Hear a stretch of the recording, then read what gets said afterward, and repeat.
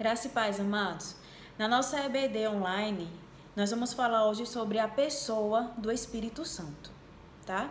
Antes de mais nada, é preciso que você saiba que o Espírito Santo não é uma pomba, ele não é um fogo, não é um vento, uma força da natureza, ele é uma pessoa e ele é Deus. Ele faz parte da Trindade, Deus Pai, Deus Filho e Deus Espírito, tá bom?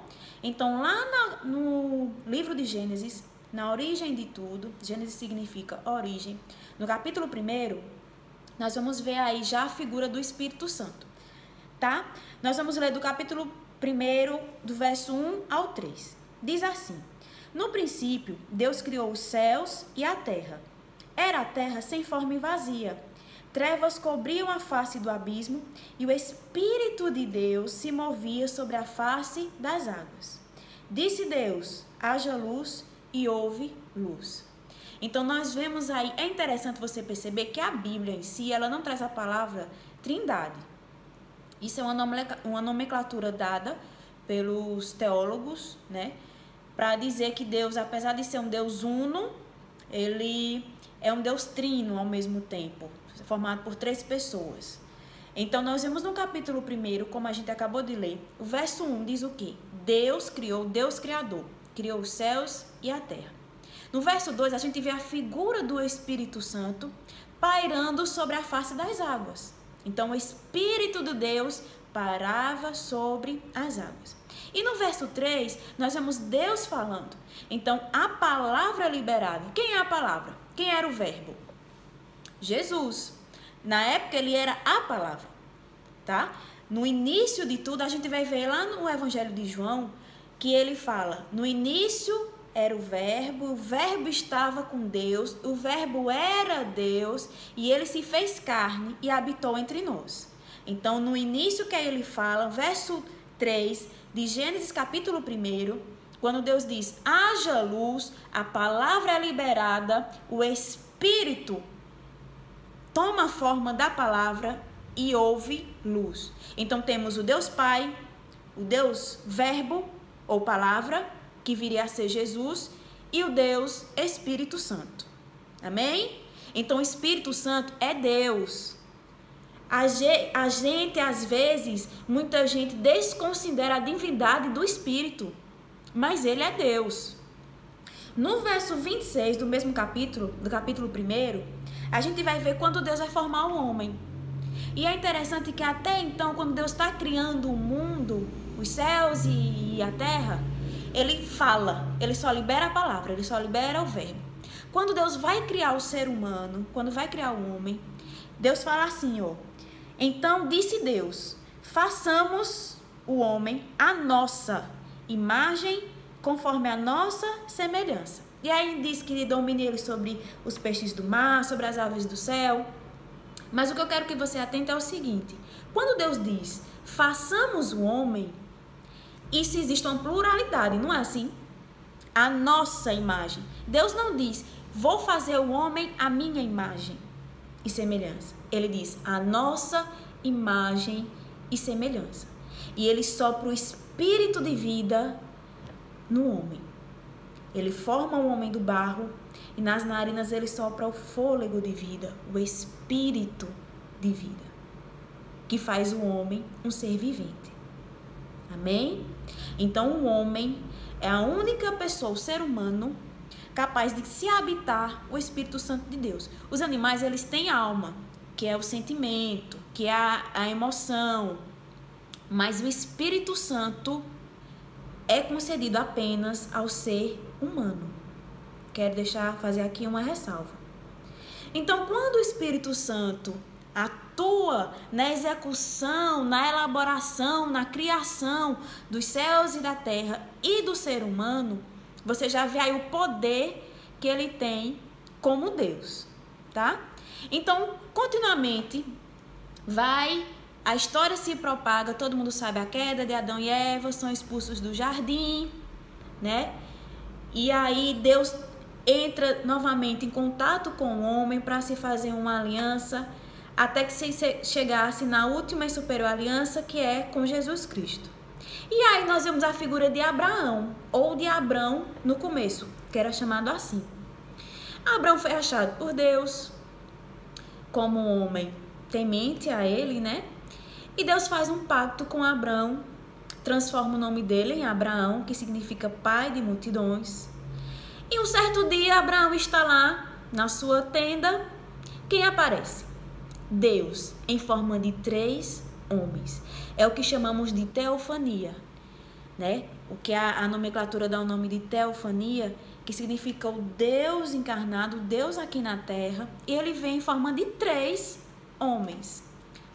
Prometer mais uma vez que Abraão teria um filho. É nessa hora que Sarai, ou Sara, que também muda o seu nome, né? Ri, e ele pergunta, por que você está rindo? E ela disse, eu não ri, mentindo. Eu não ri. Ele disse, você riu sim. Daqui a 1 ano, você terá o seu filho nos braços.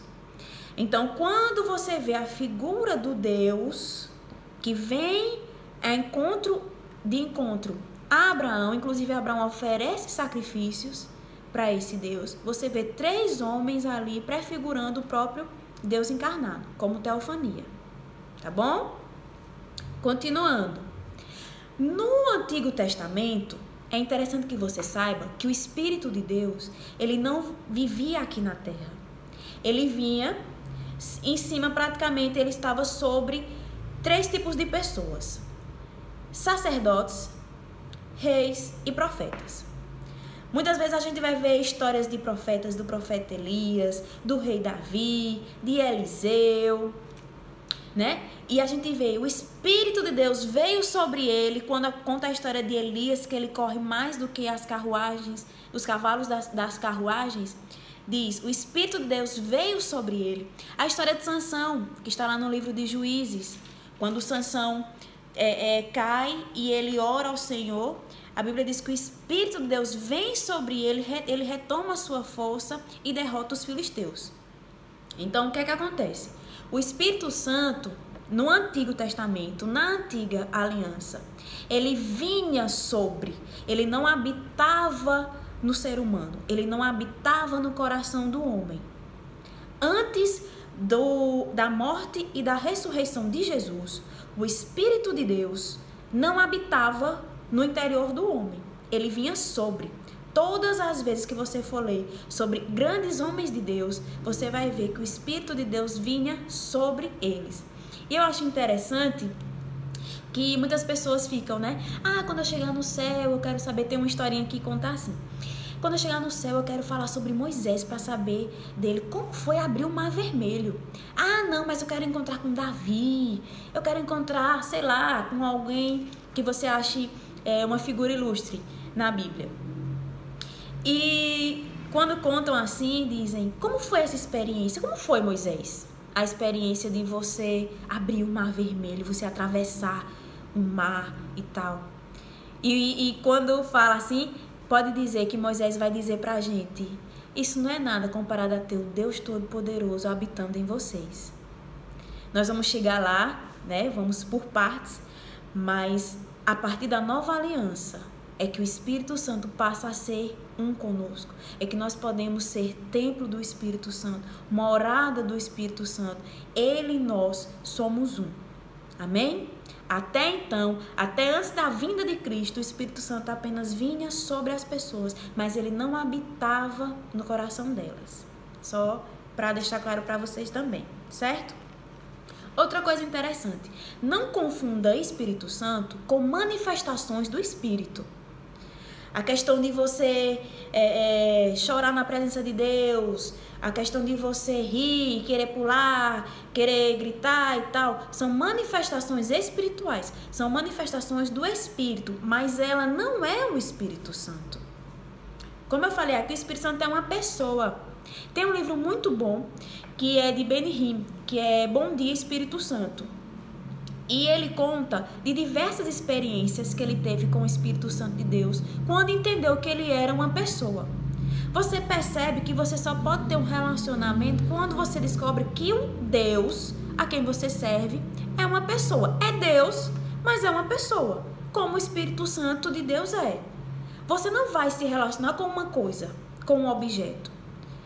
O Espírito Santo tem sentimentos. A Bíblia vai dizer, não entristeçais o Espírito Santo de Deus. Tá? Então ele pode se entristecer. A Bíblia fala que Deus se alegra, não é? Alegrai-vos no Espírito, tá?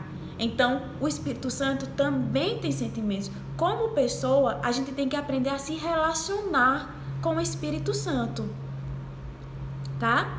Então, essa é a nossa aula de hoje, que você veja o Espírito Santo como uma pessoa da Trindade, como um Deus que está perto de você. Jesus vem, ele morre, o plano da redenção. Quando Jesus faz a oração pelos discípulos e por nós, que ele diz, né, em João capítulo 17, ele fala, não oro apenas por estes, mas por aqueles que virão crer em mim.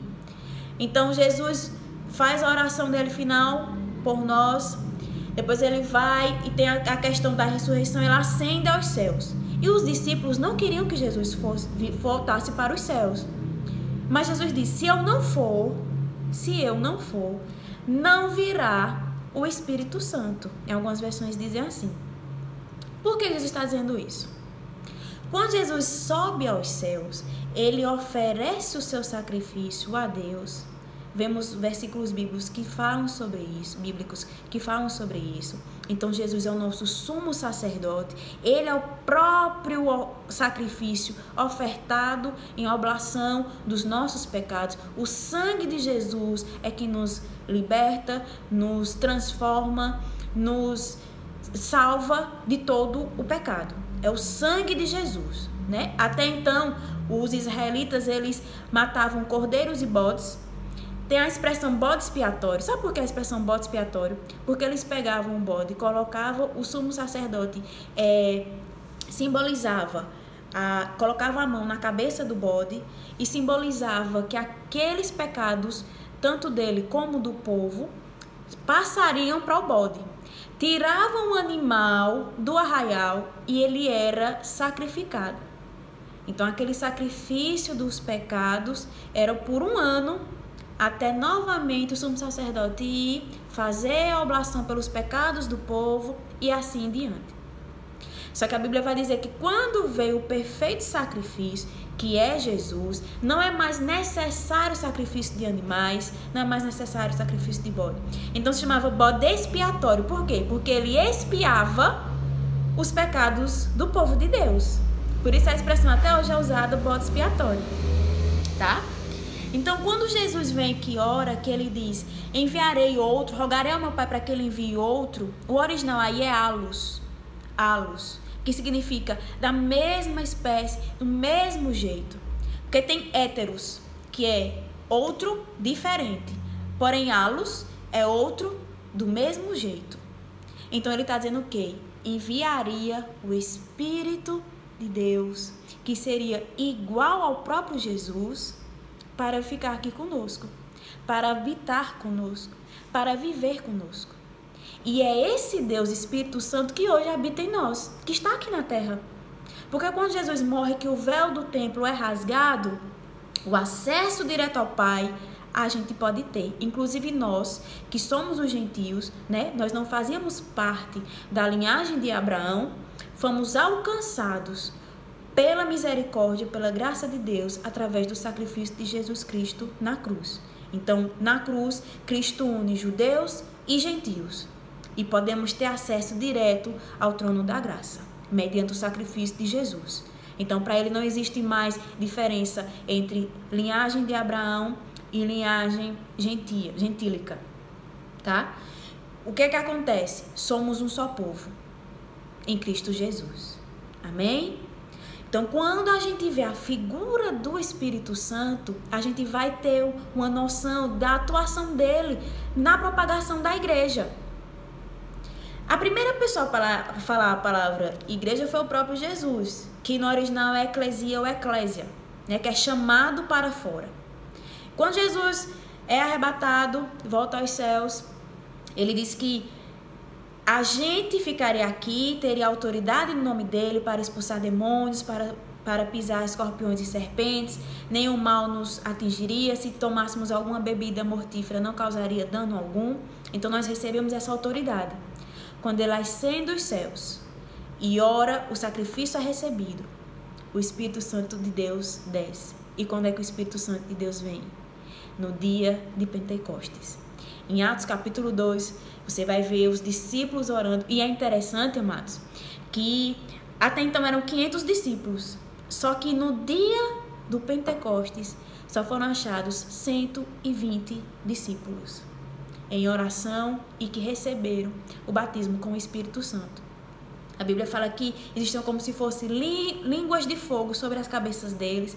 Eles falaram em outras línguas. Pedro, que tinha negado Jesus pouco tempo antes, levanta-se com autoridade, prega para aqueles judeus que estão ali reunidos para a festa de Pentecostes, e cerca de 3.000 pessoas se convertem ao Evangelho. Então, o poder do Espírito Santo transformador, ele vem com autoridade delegada pelo próprio Jesus para a gente fazer a propagação do Evangelho, para a gente seguir com a igreja, sair das 4 paredes. Interessante que os discípulos, eles estavam em Jerusalém e eles não queriam sair, para eles era cômodo continuar em Jerusalém, até que veio a perseguição. Então eles foram passar por Samaria, depois por Judeia e por fim pelos confins da terra. O Espírito Santo tem formas diferentes de atuação. Ele sempre vai surpreender em alguma área. Como assim? Quando Saulo, até então não era Paulo, era um perseguidor da igreja, né? Um perseguidor dos cristãos. Ele tinha sido ensinado por Gamaliel, então era uma pessoa que tinha um conhecimento da lei judaica, da tribo de Benjamim. Quando Paulo vai, na morte de Estevão, Paulo estava lá e guardou as capas daqueles que apedrejaram Estevão, foi o primeiro mártir do Evangelho. Então, quando Paulo vai perseguir, que está na estrada de Damasco, perseguindo os cristãos, Jesus aparece para ele e fala: Paulo, por que me persegue? Né? Você já sabe essa história, ele fica cego por alguns dias. E o Espírito Santo, o que é que ele faz? Ele fala com Ananias. Ele manda Ananias ir até onde Paulo se encontra, dizendo que tem um homem que era Saulo e que vai se chamar Paulo, que significa pequeno no original, e que mostraria a ele como haveria de padecer pelo Evangelho. Você percebe que o Espírito Santo, após a data de Pentecostes, o dia de Pentecostes, que era uma festa tradicional judaica, inclusive até hoje existe, tá? Foi 50 dias após a Páscoa. Então veio o Espírito Santo atuando, arquitetando a própria igreja.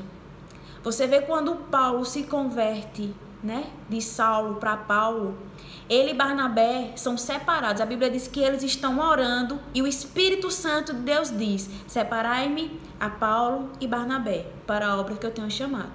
Então o Espírito Santo é um agente ativo na propagação do Evangelho, no crescimento da igreja, no avanço do reino. Ele está aqui para nos auxiliar. O próprio Jesus disse isso. Para nos fortalecer, para nos consolar, para nos admoestar, exortar. É a figura do Espírito Santo. E o que eu acho mais lindo no Espírito Santo é que Jesus fala: ele glorificará a palavra. Não falará nada sobre si, mas glorificará a palavra. Gente, perceba que figura linda é o Espírito Santo. Ele veio para glorificar Jesus. Ele trabalha nos bastidores, entre aspas, para enaltecer a verdade, para enaltecer Jesus. É tanto que eu acho que o Espírito Santo é o xodó. Eu falo assim de mim porque o Espírito Santo acho que é o xodó da Trindade. Porque todo pecado é perdoado ou perdoável. Apenas a blasfêmia contra o Espírito Santo, Deus não perdoa.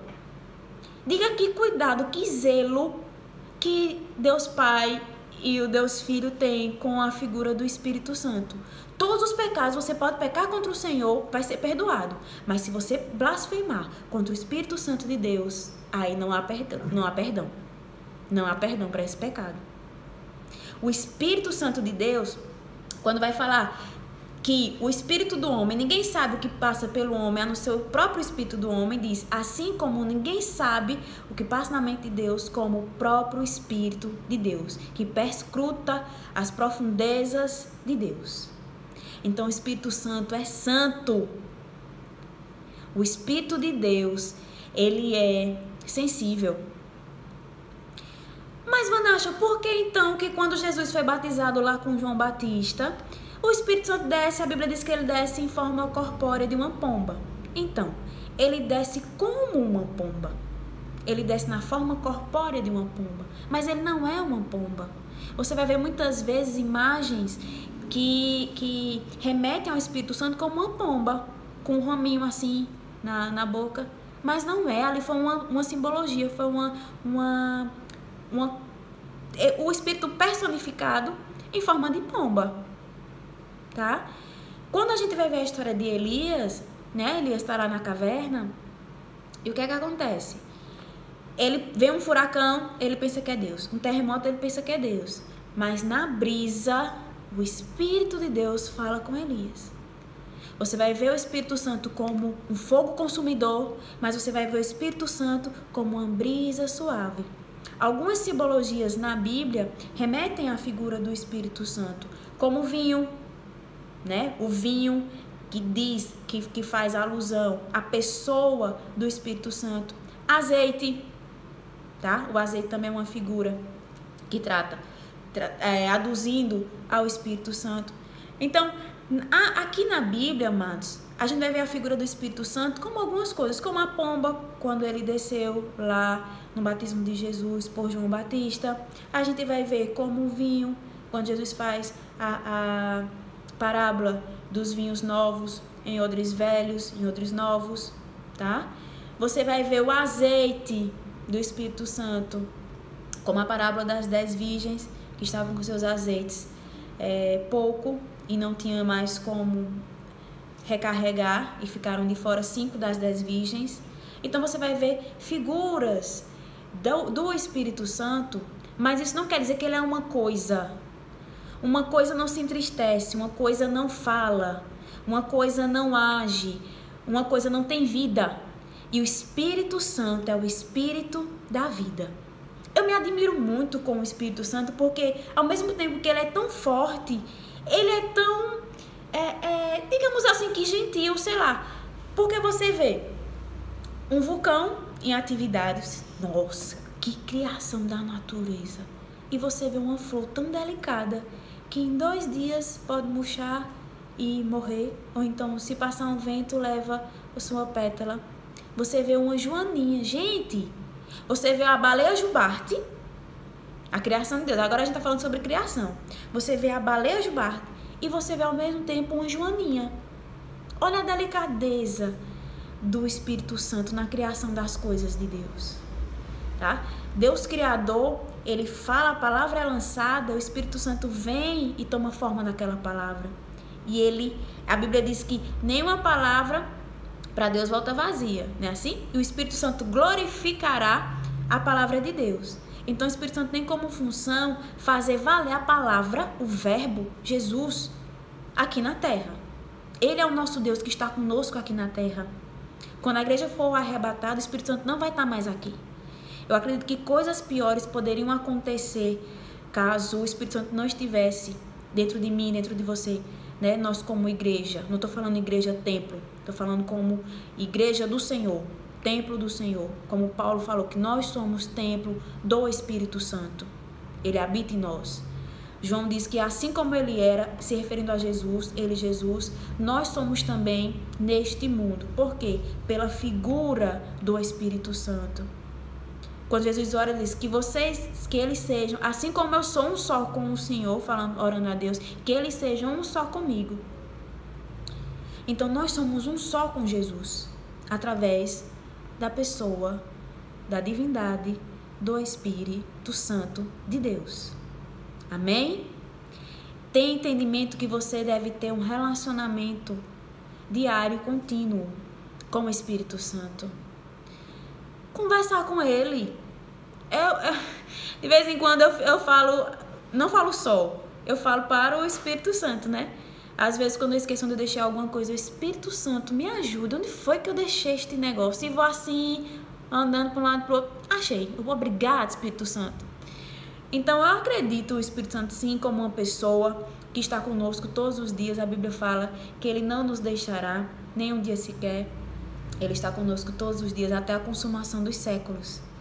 Né? É nosso penhor. Paulo vai falar do Espírito como penhor da nossa vida a Deus, né? Que nós somos comprados pelo sangue. E a garantia disso é que nós somos selados pelo Espírito. Nós somos selados pelo Espírito Santo. Tá? Então, quando você reconhece Jesus como o Senhor e Salvador da sua vida, quando você tem um entendimento, confessa com a sua boca que Jesus é o seu Senhor, o Espírito Santo vem habitar em você e você é selado para até a consumação dos séculos, para o plano da redenção total, até a volta de Cristo. Amém? Então, eu espero que eu tenha trazido algo útil para você no dia de hoje, que você entenda que o Deus Todo-Poderoso que habita em você é o Espírito Santo de Deus. Muitas vezes deixamos de falar do Espírito Santo nos nossos cultos. É como se a gente tivesse, entre aspas, esquecido a figura do Espírito Santo. Mas ele merece ser adorado porque ele é Deus. Ele merece o nosso relacionamento porque ele é Deus. Tá? Então ele está aqui para nos ajudar, como eu já falei, para nos exortar, nos auxiliar na nossa jornada até a volta de Cristo. O Espírito Santo de Deus habita em você e ele é uma pessoa. Comece a tratá-lo como um ser todo-poderoso, que merece sua atenção, merece a sua adoração e o seu engrandecimento a ele. Amém? Que o Espírito Santo de Deus abra os seus olhos espirituais, que você seja edificado com esta palavra na data de hoje. Um abraço a todos.